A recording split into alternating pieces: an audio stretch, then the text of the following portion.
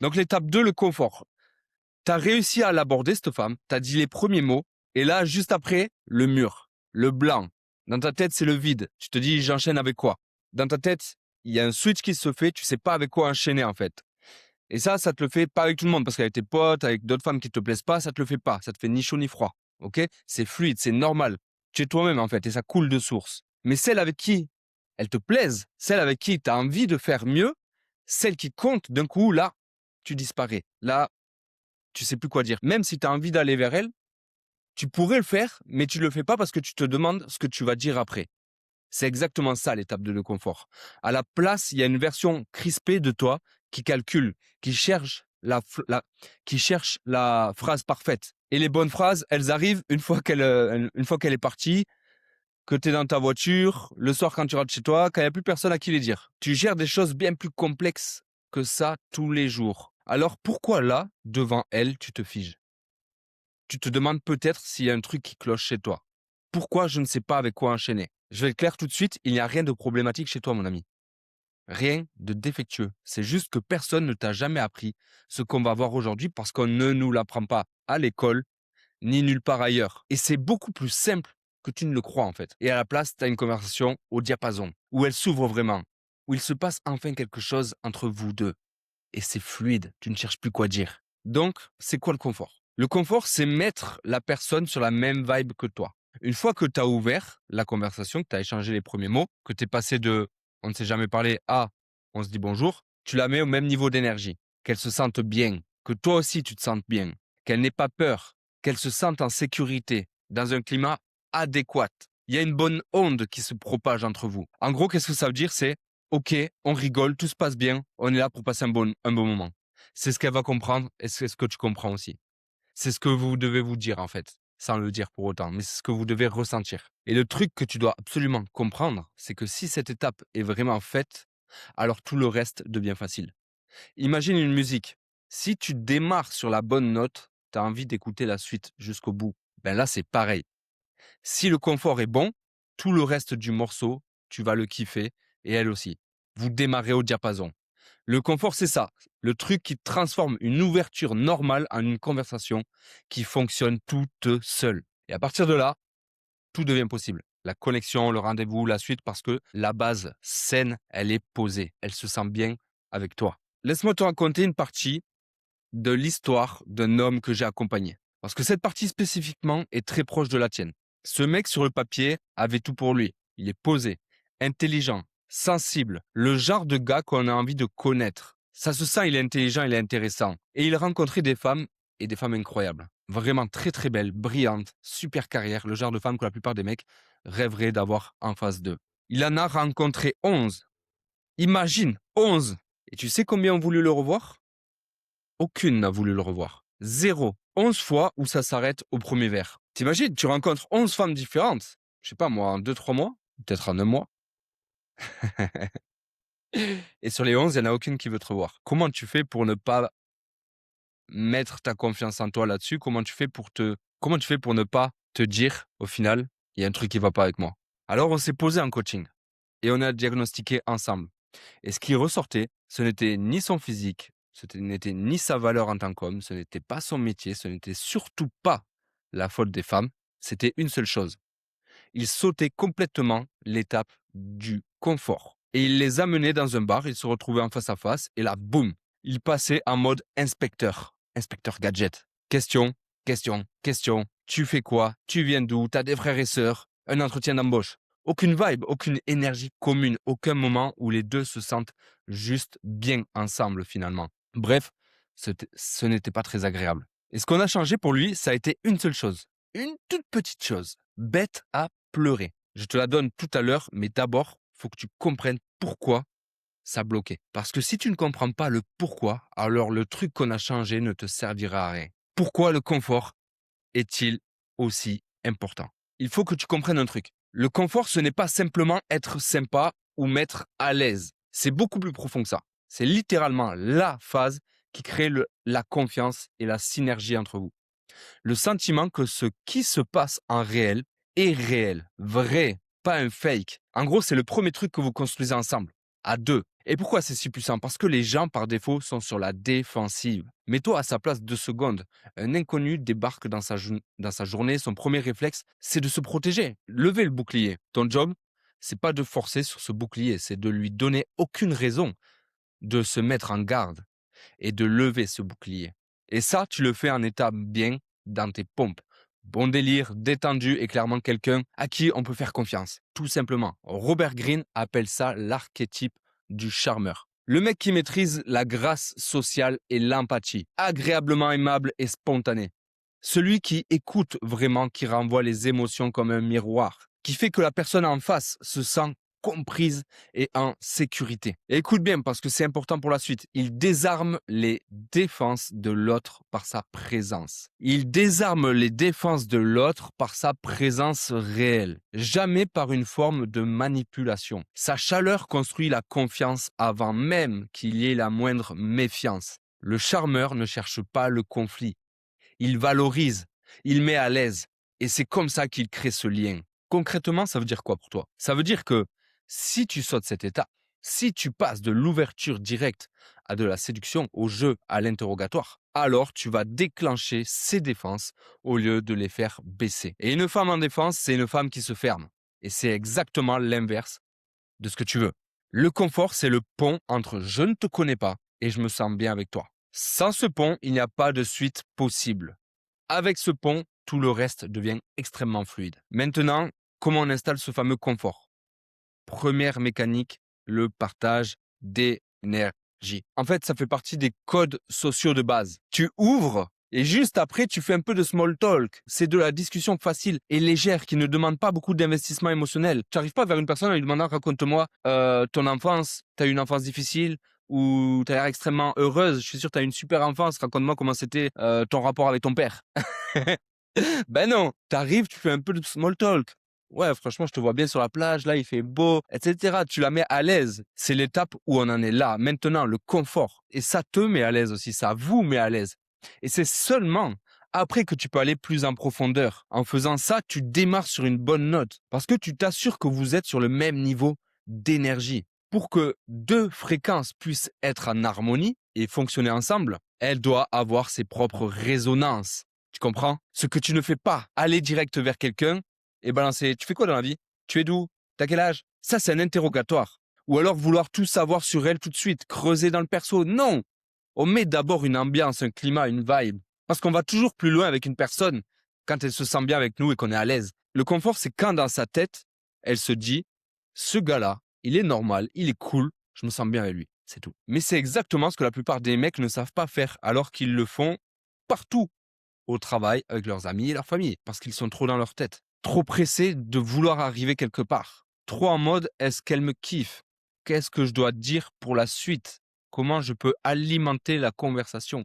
C'est exactement ce qui la tue. La deuxième mécanique, c'est vraiment la sécurité émotionnelle. L'objectif, c'est de la mettre en sécurité. Parce que quand une personne ne se sent pas à l'aise avec toi, les barrières se lèvent. Et quand une personne se sent à l'aise avec toi, en sécurité, les barrières tombent toutes seules. Tu peux pas débarquer et attaquer direct avec des questions perso ou un truc trop intense. Ça va la faire fuir. Le confort, c'est ce qui crée un espace où elle peut baisser sa garde sans risque. Et quand sa garde est baissée, là, elle peut recevoir ce que tu lui transmets. Ton énergie, ta présence, ta polarité.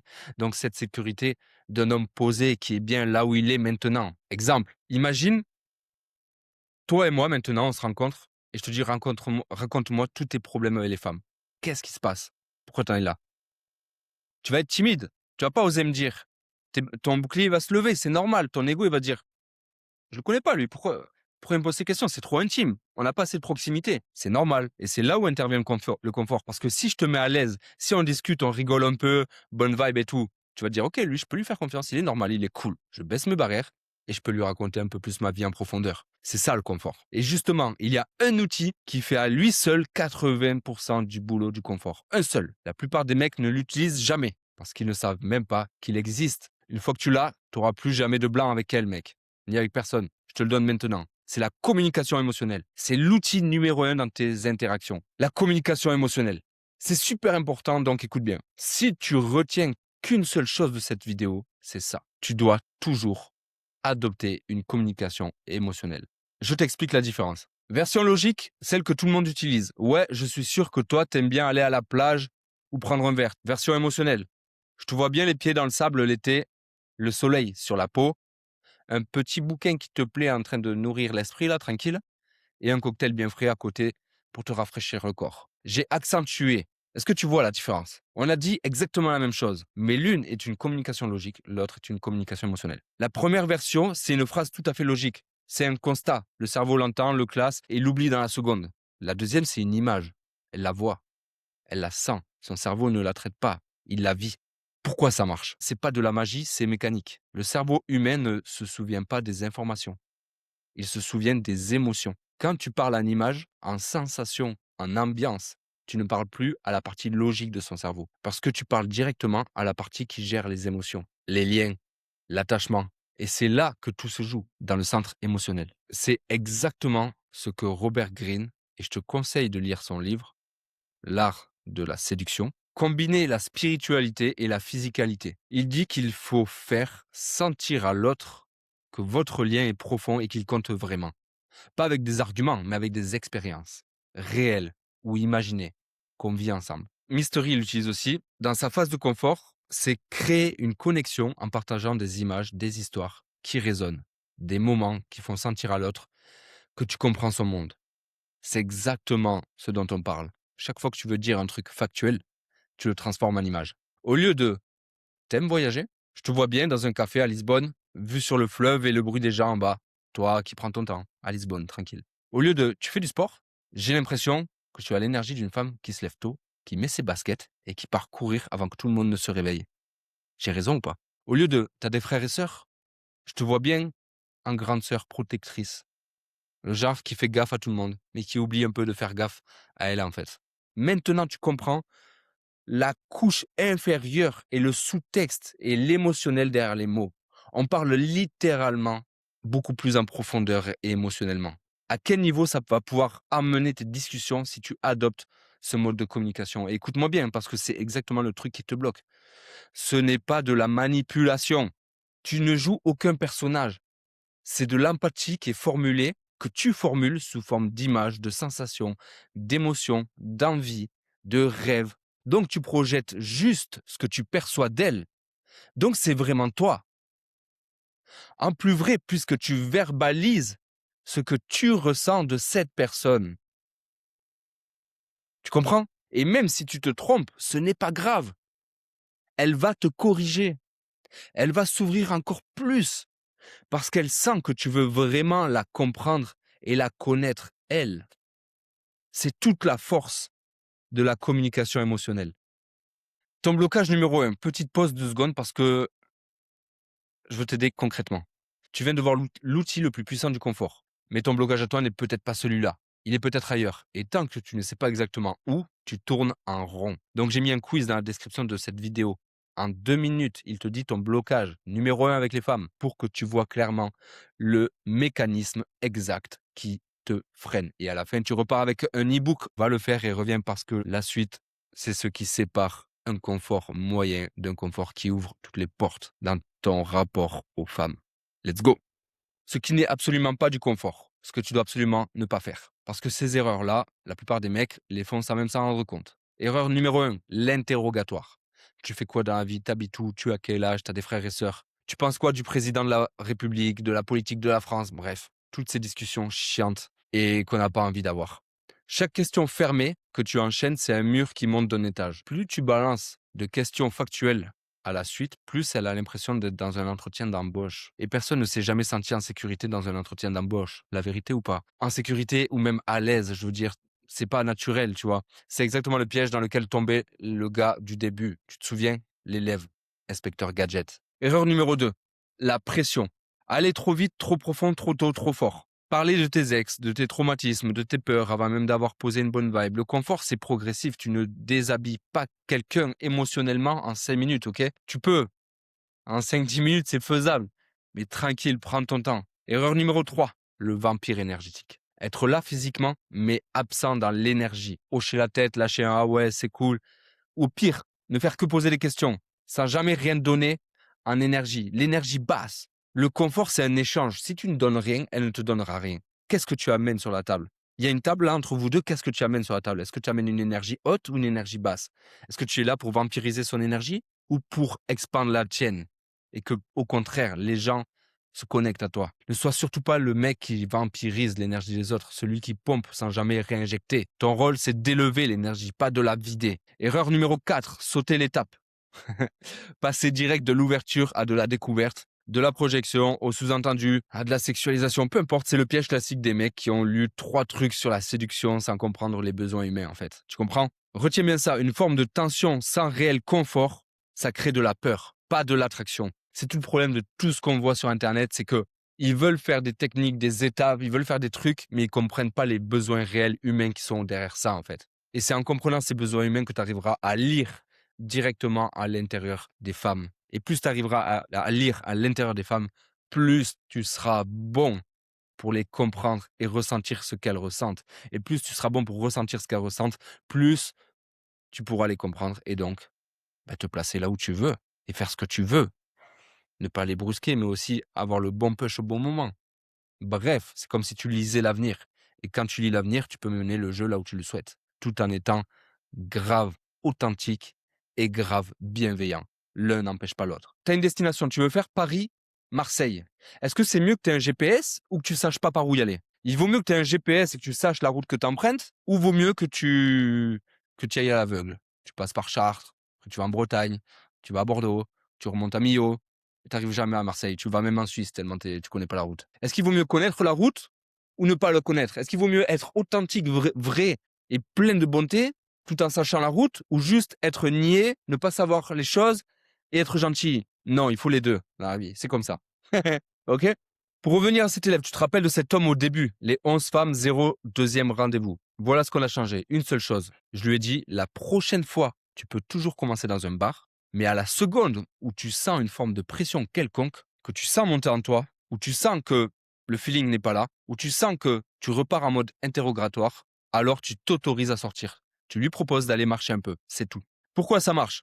Parce que le problème n'est pas lui, c'est le cadre. Le face-à-face dans un bar, ça mettait la pression, et la pression le ramenait à ses questions. En sortant marcher côte à côte, plus de face-à-face, plus d'interrogatoire, la pression retombe. Il peut enfin faire le confort et rigoler, bref, être à son aise. Et elle aussi. En lâchant la pression, il est redevenu un gosse. Parce que c'est ça au fond le confort. Je te l'avais pas encore dit comme ça, mais c'est vraiment le cœur du truc.